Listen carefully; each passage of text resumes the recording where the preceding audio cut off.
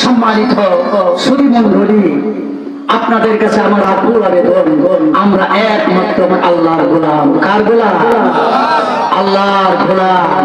আর প্রিয় নবী, বিশ্ব নবী জনাবে মুহাম্মদুর রাসূলুল্লাহ, তিনি হচ্ছেন যে আমাদের খানদানি নবী।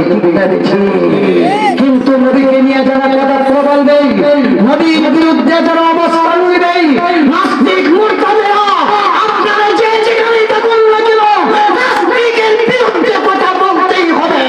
আপনার না হতে ঈমান থাকবে না। ঠিক না বেঠিক?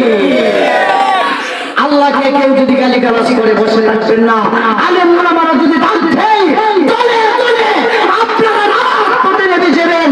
আপনাদেরকে দেখে আপনাদের স্লোগান শুনে নাস্তিক মুরতাদরা আপনার পলাতন হবে, বাধ্য হবে।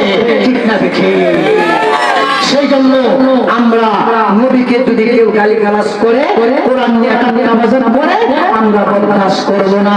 সাহাবায়ে কেরাম জান্নাতের ওয়াফের টিকিট পেয়েছে, তাদের অন্তরের মধ্যে আল্লাহ পাকের ভয় ছাড়া পৃথিবীর কোনো আযাব আসার ভয় ছিল না। ঠিক? সেই জন্য আমরা সব সময় আল্লাহকে ভয় করব, আল্লাহকে হাজির নাজির জেনে আমরা ইবাদত করব এবং নিজেকে নিজে ছোট মনে করব। নিজে যাকে বড় বলে বড় সেই নয়, লোকে যাকে বড় বলিবে বড় সেই হয়। বড় সমালোচনা বাদ দিলেন,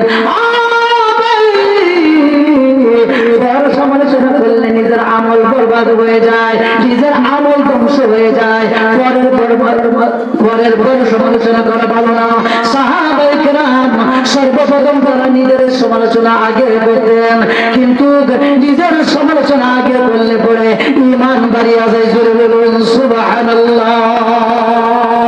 আল্লাহ পাক আমাদেরকে সঠিক কথাগুলি বুঝা এবং আল্লাহকে হাজির নাজির মেনে আল্লাহর গোলামি করার আল্লাহ পাক আপনাকে আমাকে সকলকে তৌফিক দান করুন। সকলে বলুন আমিন।